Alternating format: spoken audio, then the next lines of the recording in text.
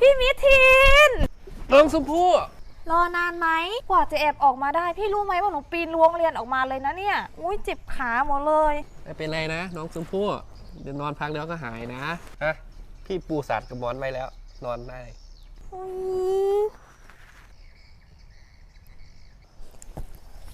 พี่มิทินกี่โมงแล้วอะ บ่าย2:40แล้ว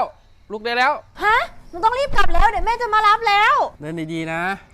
ชมพู่พี่เป็นห่วงนะรู้ไหมเข้าใจไหมหนูไปก่อนนะเดี๋ยววันหลังมาหาใหม่แม่หนูหาอยู่ร้านเครื่องสำอางเด้อมูส้มมาซื้อครีมจ้าไปชมพูแม่มาแล้วแม่เอาคือว่าแม่กับมูใส่ละมู มูกลับไปแล้วกลับไปว่าหันแล้วเป็นยังคือใส่ชุดนี้คือบ่ใส่ชุดนักเรียนครูพาเหตุกิจกรรมสุดมันเปื้อนก็เลยได้เปลี่ยนบ่ป้าเมื่อแม่เลี้ยนเมื่อยกับเมื่อยการบ้านกับหลาย